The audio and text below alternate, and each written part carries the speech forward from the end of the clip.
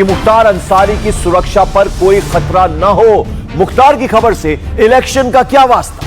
इस खबर से उत्तर प्रदेश की इलेक्शन का बहुत ही जबरदस्त कनेक्शन है, मैं आपको बताऊंगा। लेकिन पहले माफिया डॉन की फैमिली मुख्तार को लेकर परेशान क्यों है, जरा वो आपको एक बार बता देते हैं। दरअसल मुख्तार अंसारी पर यह खुलासा तब हुआ जब उनकी पत्नी आफशा अंसारी और बेटे उमर अंसारी ने विशेष न्यायालय MP MMLA की कोर्ट में एक अर्जी लगाई और अर्जी में अदालत से अपील की गई मुख्तार को जेल के अंदर जान का खतरा है। बेटे उमर ने आरोप लगाया कि जेल प्रशासन मुख्तार अंसारी का मानसिक उत्पीड़न कर रहा है। बैरक के अंदर, बाहर और बाथरूम तक CCTV कैमरा लगाया गया है, जिससे उनको परेशानी हो रही है।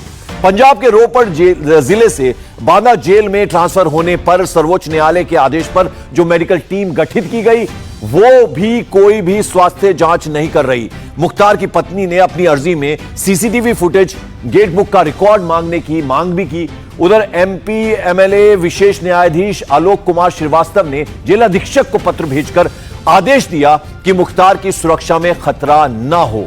माफिया क्रिमिनल्स पर नो टॉलरेंस की नीति योगी सरकार के मैनिफेस्टो में थी। योगी सरकार ने अपने 4.5 साल के कार्यकाल में माफिया डॉन क्रिमिनल्स पर जमकर कार्रवाई की और बीजेपी से चुनाव में इसे भुनाएगी भी बीजेपी। मायावती अखिलेश दोनों सरकारों ने माफिया क्रिमिनल्स पर क्या कार्रवाई की, यह भी आपको बताएंगे। और इसलिए इस बार अतीक मुख्तार जैसे माफिया उत्तर प्रदेश के इलेक्शन में बड़ा मुद्दा है।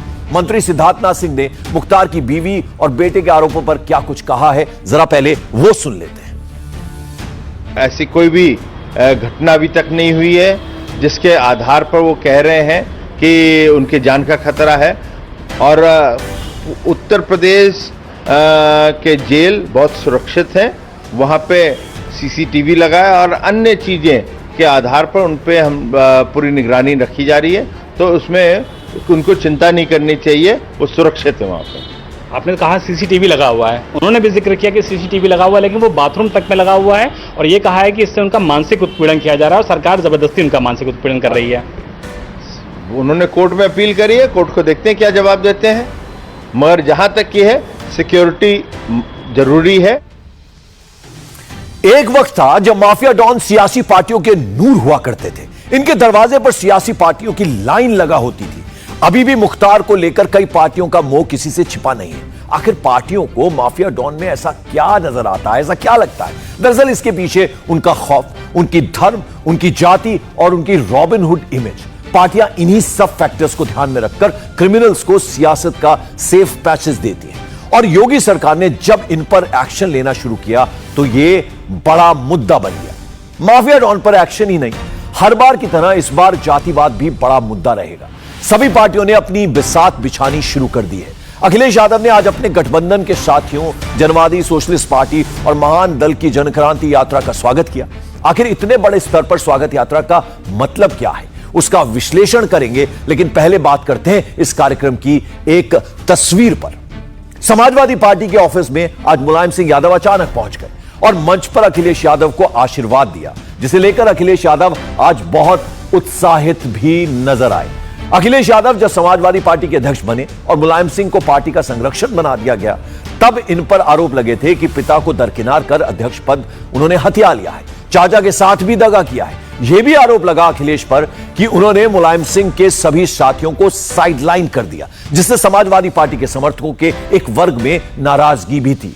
और आज जो तस्वीरें दिखाई दी, उससे अखिलेश यादव की नई स्ट्रेटेजी के तौर पर उसे देखा जा रहा है। दरअसल हम ये क्यों कह रहे हैं उसे बताएंगे, लेकिन पहले अखिलेश यादव के इस बयान को सुनिए, आप समझ जाएंगे कि नेताजी के आने का यहां मतलब क्या है। मैं बहुत सोच रहा था कि हिंदी में क्या शब्द कहूं कि नेताजी जब आ गए हमारे कार्यक्रम में। हिंदी में मुझे कोई शब्द नहीं मिला, अंग्रेजी का ही मुझे बोलना पड़ रहा है कि आइसिंग ऑन द केक। अब हिंदी में कोई अच्छा शब्द हो तो बताओ। सोने पे सुहागा। तो मुलायम के पार्टी ऑफिस आने को आइसिंग ऑन द केक, सोने पर सुहागा, इसलिए अखिलेश बता रहे हैं। मुलायम सिंह के करीबी अंबिका चौधरी को सपा में शामिल करना भी अखिलेश की नई रणनीति का ही हिस्सा है। उसी दौरान अखिलेश ने हिंट दे दिया था कि नेताजी के सभी साथियों को समाजवादी पार्टी में वापस लाया जाएगा। आज ट्वीट करके अपनी रणनीति का खुलासा भी कर दिया। अखिलेश ने ट्वीट में एक वीडियो शेयर किया और लिखा कि भविष्य है साइकिल के साथ, बड़ों का हाथ, युवा का साथ, बच्चों का प्यार। इस बार 400 पार, यह नारा दिया गया। अब यह 400 पार होगा कैसे? आज अखिलेश यादव ने उसका भी फॉर्मूला बता दिया। अखिलेश यादव मुलायम सिंह से बता रहे थे कि जनवादी सोशलिस्ट पार्टी के डॉक्टर संजय सिंह चौहान और महान दल के अध्यक्ष केशव देव मौर्य इस बार समाजवादी पार्टी के साथ हैं और उनकी जनक्रांति यात्रा का समापन समारोह है। इस यात्रा की रिपोर्ट कह रही है कि 400 से ज्यादा सीट समाजवादी पार्टी को मिलेगी। अखिलेश यादव की जरा ये बात एक बार हम सुन लेते हैं कि अखिलेश यादव ने क्या कहा। ये यात्रा जिन जिन जिलों से निकली है, ये यात्रा जिन जिन जिलों से होकर के आई है, वहां पर भारतीय जनता पार्टी का सफाया हो जाएगा। भारतीय जनता पार्टी ढूंढेगी कि उनके प्रत्याशी कहां हैं। इसीलिए समाजवादियों ने कहा है कि अब की बार 400 पार। अब जरा यह भी जान लीजिए कि समाजवादी पार्टी के अध्यक्ष अखिलेश यादव को इतना भरोसा क्यों है। जनवादी पार्टी सोशलिस्ट के संस्थापक डॉक्टर संजय सिंह चौहान और महान दल के केशव देव मौर्य पर उनको इतना विश्वास क्यों? बलिया से शुरू होकर अयोध्या में खत्म हुई जनवादी पार्टी की जनक्रांति यात्रा करीब 82 से ज्यादा विधानसभा सीटों से गुजरी, जबकि महान दल के केशव देव मौर्य पीलीभीत से निकली जन आक्रोश यात्रा इटावा में खत्म हुई। इसमें करीब 42 विधानसभा इन्होंने टच किए। अखिलेश के बयान के मुताबिक करीब 125 सीट पर बीजेपी साफ हो जाएगी। इसके पीछे यादव वोट बैंक के साथ साथ मौर्य और चौहान वोट का गणित भी शामिल है। इस इलाके में इनकी परसेंटेज जो है वो सबसे ज्यादा है। 2022 के आने वाले विधानसभा में हर राज्य में पार्टियां स्ट्रेटेजी बना रही हैं, रणनीति बना रही हैं, लेकिन अगर पंजाब की बात करें, पंजाब में सत्ताधारी पार्टी चुनाव की रणनीति बनाने से ज्यादा पार्टी में बगावत को शांत करने की रणनीति से ही परेशान है। पंजाब प्रभारी अपना उत्तराखंड छोड़कर पंजाब का मसला सुलटाने में 2 दिन से चंडीगढ़ में कैंप कर रहे हैं, लेकिन सिद्धू कैप्टन की जंग अभी बंद नहीं हुई है। हरीश रावत कितने आहत हैं, उन्होंने अपने बयान से ही आज बतला दिया। ऑल इज वेल तो मैं नहीं कहूंगा, लेकिन we are heading towards that कि सब चीज़ें ठीक से सुधरें और थोड़ी बहुत जो सवालात हैं उनको हल करने की कोशिश हो। जिन चीज़ों को हमारी पार्टी ने पब्लिकली कहा है उन चीज़ों पर मैंने माननीय मुख्यमंत्री से कल बात की है, विस्तार से बातचीत की है और कुछ सॉल्यूशन आपको होता दिखेगा और पंजाब के हित में होता दिखेगा। और अकाली दल की यात्रा में जमकर डंडे चले, पत्थर चले, क्या है पूरी खबर आपको बताएंगे एक छोटे से ब्रेक के बाद।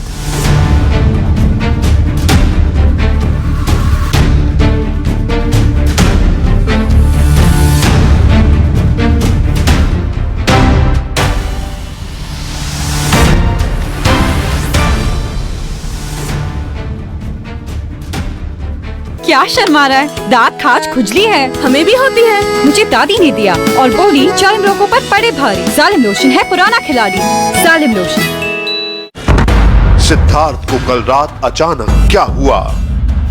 फिट बॉडी, कामयाब करियर, कहां चला गया सुपरहिट टीवी एक्टर? 40 कोई उम्र है जाने की। देखिए रात 8 बजे। एक शब्द नहीं बोलेंगे आप पर एक ही ऑडियो हर शोर पर एक आवाज भारी।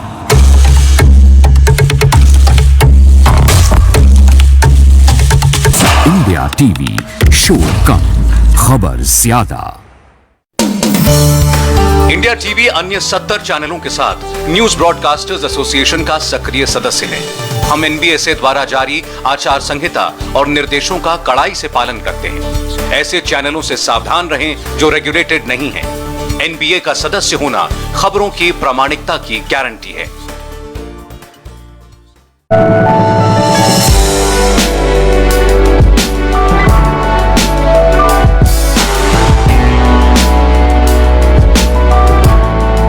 बहुत दुखद खबर। सिद्धार्थ शुक्ला इतने कम उम्र में और इस वक्त सक्सेस की दहलीज पर उन्होंने इतना बड़ा कदम रखा था बिग बॉस के बाद। बिग बॉस के घर से उनको बहुत प्रेम मिल रहा था। उनका ये अचानक चले जाना हार्ट अटैक से क्वाइट शॉकिंग, एक बहुत बड़ी क्षति है, बहुत बड़ा नुकसान सिनेमा इंडस्ट्री के लिए, टेलीविजन इंडस्ट्री के लिए, उनके करोड़ों करोड़ों फैंस के लिए जो all over world, all over Hindustan को मोहब्बत करते थे। मतलब क्वाइट शॉकिंग। सिद्धार्थ, तुम बहुत अच्छे इंसान, एक वेरी पॉजिटिव एनर्जी, हमेशा राइट्स के लिए, प्रोटेक्शन के लिए, वुमेन राइट्स के लिए हमेशा खड़े रहते थे। एक आवाज थे तुम, एक स्वाभिमान था तुम्हारा, तुम्हारा एक अलग अंदाज था। इतने कम समय में तुमने बिग बॉस में सबके दिल पर राज किया। और ये सुबह, ये पता नहीं एक ऐसी सुबह हुई कि आज ये खबर आई, और बहुत बहुत बहुत बहुत दुखद ये है। महादेव से प्रार्थना है उनकी आत्मा को अपने शिव चरणों में स्थान दें। और मैं कुछ नहीं कहना चाहता हूं, निशब्द हूं। हेल्थ फ्रीक गाय, शरीर से प्यार करने वाले, कसरत रोज करने वाले, कुछ समझ में नहीं आ रहा। Quite shocking, very very shocking.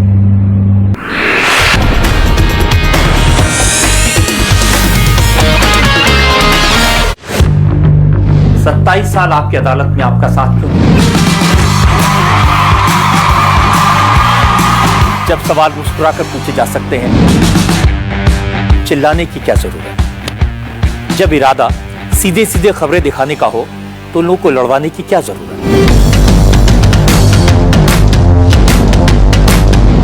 इसीलिए मैंने इंडिया टीवी पर इन सारी बातों को ध्यान रखा। खबरों में, कमेंट्स में, सवालों में न किसी को बनाने की नियत, न किसी को गिराने की कोशिश। इंडिया टीवी पर शोर कम, खबरें ज्यादा।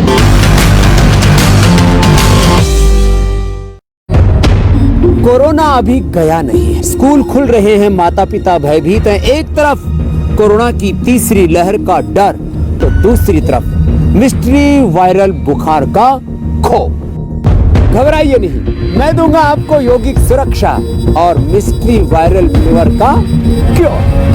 बढ़ने लगा वायरस का वार, हर बुखार पर यौगिक प्रहार। देखिए सिर्फ इंडिया टीवी पर सुबह 8 बजे और शाम 4:30 बजे।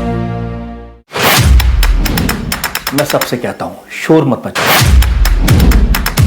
खबरें दिखाओ। नमस्कार, आज की बात में आपका स्वागत है। इंडिया टीवी पर शोर कम, खबरें ज्यादा।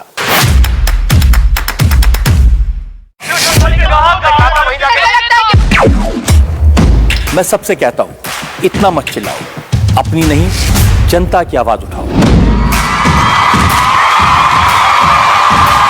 जब सवाल मुस्कुराकर पूछे जा सकते हैं तो चिल्लाने की क्या जरूरत?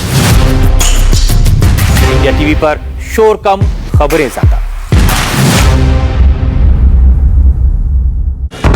सिद्धार्थ को कल रात अचानक क्या हुआ? फिट बॉडी, कामयाब करियर, कहां चला गया सुपरहिट टीवी एक्टर? 40 कोई उम्र है जाने की। देखिए रात 8 बजे। एक शब्द नहीं बोलेंगे आप, देख लो। पर एक ये ऑडियो हर शोर पर एक आवाज भारी।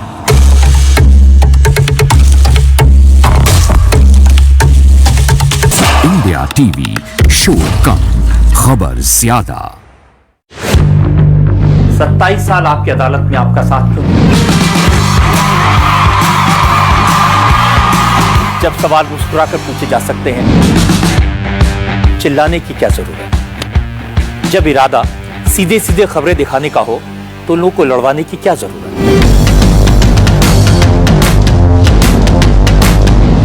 इसीलिए मैंने इंडिया टीवी पर इन सारी बातों को ध्यान रखा। खबरों में, कमेंट्स में, सवालों में न किसी को बनाने की नियत, न किसी को गिराने की कोशिश।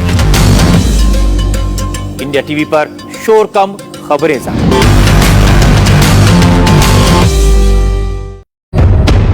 कोरोना अभी गया नहीं है, स्कूल खुल रहे हैं, माता पिता भयभीत हैं। एक तरफ कोरोना की तीसरी लहर का डर, तो दूसरी तरफ मिस्ट्री वायरल बुखार का खौफ। घबराइए नहीं, मैं दूंगा आपको यौगिक सुरक्षा और मिस्ट्री वायरल फीवर का क्योर। बढ़ने लगा वायरस का वार, हर बुखार पर यौगिक प्रहार। देखिए सिर्फ इंडिया टीवी पर सुबह 8 बजे और शाम 4:30 बजे। मैं सबसे कहता हूं, शोर मत मचाओ, खबरें दिखाओ। नमस्कार, आज की बात में आपका स्वागत है। इंडिया टीवी पर शोर कम, खबरें ज्यादा।